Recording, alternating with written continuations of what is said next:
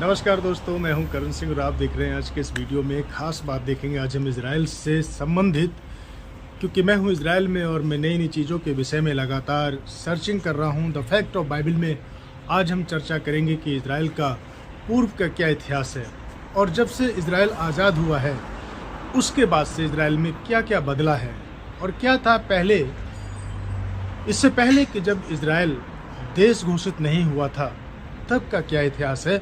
इन सभी जानकारी को आज हम इस वीडियो में लेकर आए हैं। बहुत ही इंटरेस्टिंग वीडियो होने वाला है, तो मेरे साथ बने रहें आखिर तक इस वीडियो में। और आज हम चर्चा करने वाले हैं इतिहास की उन चीज़ों के विषय में कि जो इजराइल के विषय में बताता है कि इजराइल के पूरब में कौन सा देश है और पश्चिम में कौन सा देश है, और इजराइल क्यों ये इजराइल है और इससे पहले ये कौन सा देश था। इजराइल अरब में स्थित एक देश है और ये पूर्व क्षेत्र में बसा हुआ है। ये दक्षिण पूर्व भूमध्य सागर में पूर्वी छोर पर बसा हुआ है। इसके उत्तर में लेबनान, पूर्व में सीरिया और जॉर्डन, दक्षिण और पश्चिम में मिस्र है। मध्य पूर्व में ये देश विश्व और राजनीति के क्षेत्र में ये काफ़ी प्रसिद्ध देश है। अगर इसके दृष्टिकोण से हम बात करें तो इजराइल जो है वो इतिहास और प्राचीन ग्रंथों के अनुसार बहुत महत्वपूर्ण रहा है। यहूदियों का मूल निवास रहा है। ईसाईयत, इस्लाम और यहूदी धर्मों में ये प्रमुखता के साथ लिया जाता है। बात अगर हम यहूदी धर्म की करें तो यहूदी धर्म मध्य पूर्व और यूरोप के कई क्षेत्रों में फैल गए थे। 19वीं सदी के अंत में ये फिर अपने ही देश में लौट आए। यहूदी लौटकर अपने उस देश में आए जहाँ पर यरूशलेम बना हुआ है और यरूशलेम के क्षेत्र में आकर ये लोग बस गए। 1948 में आधुनिक इजराइल की स्थापना हुई। यरूशलेम इजराइल की राजधानी है और महत्वपूर्ण शहरों में तेल अवीव, हाइफा ये प्राथमिकता के साथ में इनको नाम लिया जाता है। यहाँ के जो प्रमुख क्षेत्र हैं वो हाइफा और तेल अवीव। यहाँ की जो मुख्य भाषा है वो हिब्रू और अरबिक है।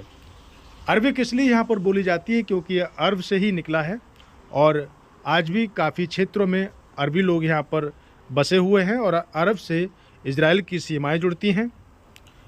तो यहाँ पर अगर हम बात करें जो दाएं से बाएं जो लिखने वाली जो भाषाएं हैं वो बड़ा डिफरेंट हैं। यहाँ के निवासियों को इजरायली कहा जाता है। वहीं इजराइल में सामने अगर हम बात करें तो ये जो सामने की जगह दिख रही है ये लेबनान और सीरिया का बॉर्डर लगता है। ये सामने जो पहाड़ी है वो सामने सीरिया का और लेबनान का बॉर्डर यहाँ से लगता है। तो सन 1917 में ब्रिटिश सेनाओं ने इस पर अधिकार कर लिया था और 2 नवंबर सन 1917 को ब्रिटिश विदेश मंत्री वालफोर ने ये घोषणा की कि इजराइल को ब्रिटिश सरकार यहूदियों का धर्म देश बनाना चाहती है जिसमें सारे संसार की यहूदी यहाँ आकर बस सकें। मित्र राष्ट्रों ने इस घोषणा की पुष्टि की। इस घोषणा के बाद इजराइल में यहूदियों की जनसंख्या निरंतर बढ़ती गई। लगभग 21 वर्ष दूसरे विश्व युद्ध के पश्चात मित्र राष्ट्रों ने 1948 में एक इजराइल नामक यहूदी राष्ट्र की विधिवत स्थापना कर दी। 5 जुलाई सन 1950 को इजराइल की पार्लियामेंट में एक नया कानून बनाया गया जिसके अनुसार संसार के किसी भी कोने से यहूदियों को इजराइल में आकर बसने की स्वतंत्रता मिल गई। ये कानून बन जाने के 7 वर्षों के अंदर इजराइल में 7 लाख यहूदी बाहर से आकर बस गए। इजराइल में जनतंत्री शासन है। वहाँ एक संसदीय पार्लियामेंट है जिसे सीनेट कहते हैं। इजराइल का नया जनतंत्र एक और आधुनिक वैज्ञानिकों साधनों द्वारा देश को उन्नत बनाने में लगा हुआ है तो दूसरी ओर पुरानी परंपराओं को भी पुनर्जीवित करे हुए समेटे हैं, जिसमें एक शनिवार, ऐसा बाइबल में लिखा है कि परमेश्वर ने 6 दिन काम करने के बाद 7वें दिन विश्राम किया और वो दिन शनिवार था। इसलिए पूरे इजराइल में शनिवार को सप्ताह का दिन, सब्त का दिन मनाया जाता है और इसको सब्त शालोम बोलते हैं। कहीं ना कहीं देखा जाए तो आज भी जो बाइबल की जो पुरानी किताबें हैं, जो विधि विधान की किताबें हैं, उसको इजरायली लोग मानते हैं, यहूदी मानते हैं और सप्ताह का आखिरी दिन वो लोग विश्राम करते हैं और शनिवार को सारा ट्रैफिक बंद होता है और बिल्कुल से परंपरागत शनिवार को ये सब्त का नाम देकर उसको उस दिन कोई भी काम नहीं करते हैं। इजरायली लोग आज भी 5 किताबों को बाइबल की मानते हैं, जिनकी व्यवस्था की किताबें कहा जाता है। बेबीलोन के राजा नबूकदनेस्सर के यहाँ उसके बावली में ये कैद थी, जिसको नबियों के द्वारा लिखा गया था और आज भी इजरायली लोगों ने उनको संभाल के रखा है। इतिहास के मायने में अगर बात करें तो व्यवस्था की पुस्तकों का बाइबल का बहुत बड़ा योगदान है, जिसमें आज इजराइल की इतिहास में ये बहुत महत्वपूर्ण रखता है। इजराइल में आज भी यहूदियों का पूरी तरह से कब्जा है और अच्छे अच्छे बड़े बड़े पदों पर, सत्ताधारी पदों पर इजरायली ही काबिज।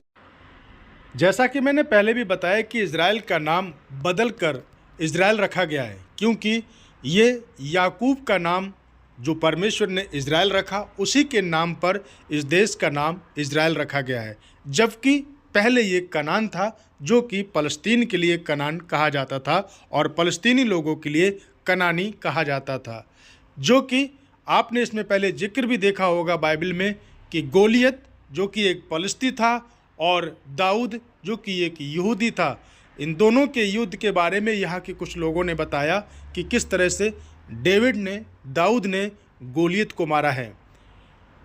आज भी यहाँ के कई लोग जब उनसे बात होती है तो इजराइल के इतिहास के बारे में बताते हैं, जीसस क्राइस्ट के बारे में बताते हैं, पुरानी राजा दाऊद के बारे में बताते हैं। तो आज भी जो इजराइल का इतिहास है वो कहीं ना कहीं देखा जाए तो अपने जो व्यवस्था की पुस्तकें हैं उसके अनुसार से अपना जीवन चला रहे हैं और उसी के हिसाब से वो जीते हैं। शनिवार को पूरे दिन की छुट्टी रखना, फ्राइडे के दोपहर के बाद से लेकर शनिवार रात तक सब्त का दिन इजरायली लोग मनाते हैं और इजराइल में उस दिन कोई भी ट्रैफिक नहीं चलता है। तो ये थी तमाम जानकारियाँ इजराइल को लेकर कि इजराइल 1948 में आज़ाद हुआ और इस देश की स्थापना हुई और उसके बाद से आज तक इजराइल अपनी सुंदरता, मनोहरता और राजनीतिक, सांस्कृतिक और ऐतिहासिक रूप से धरोहरों को सजे हुए है। ख़ास तौर से अगर हम बात करें तो सब्त का दिन जो बाइबल में लिखा हुआ था कि परमेश्वर ने 6 दिन तक काम करने के बाद 7वें दिन विश्राम किया, आज भी उसका विश्राम का दिन मानते हैं और फिर उस दिन इजरायली कोई भी काम नहीं करते।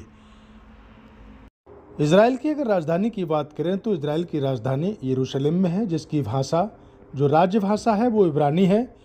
मानवीय जाति वर्ग की बात करें तो 73.5% यहूदी इसमें पाए जाते हैं, वहीं 21.1% अरबी लोग हैं, 5% अन्य लोग पाए जाते हैं। यहाँ की भाषा इजरायली है, इजरायली लोग कहे जाते हैं। सरकार यहाँ की संसदीय लोकतंत्र है। राष्ट्रपति इसहाक हर्ज़ोग और प्रधानमंत्री बेंजामिन नेतन्याहू हैं। स्वतंत्रता की अगर बात करें तो स्वतंत्रता फ़लस्तीन का ब्रिटिश जनादेश से है। घोषणा 14 मई 1948 को हुई। इजराइल विश्व राजनीति और इतिहास की दृष्टि से बहुत महत्वपूर्ण है। इतिहास और प्राचीन ग्रंथों के अनुसार यहूदियों का ये मूल निवास क्षेत्र है।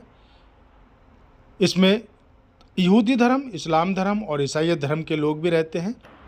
वहीं इजरायली लोग, यहूदी लोग इसको प्रतिज्ञा का देश कहते हैं। उनका मानना है कि उनके पुरखाओं के जो पुरखा थे इब्राहिम, इसहाक और याकूब का नाम बदलकर इसका नाम इजराइल रखा गया है और इजराइल को अपनी प्रतिज्ञा के देश को वो कहते हैं। उनका मानना है कि उनके पूर्वजों के परमेश्वर ने, यहोवा एलोहिम ने उनको ये देश दिया है और इसकी वो रखवाली भी करता है। इसलिए इजराइल सब बातों में अलग है और हर एक देश से इसमें भिन्नता पाई जाती है, क्योंकि इसमें यहूदी बहुल क्षेत्र है और इसको प्रतिज्ञा का, प्रॉमिस का देश भी कहा जाता है। इसको प्रॉमिस का लैंड कहा जाता है, लैंड ऑफ गॉड कहा जाता है।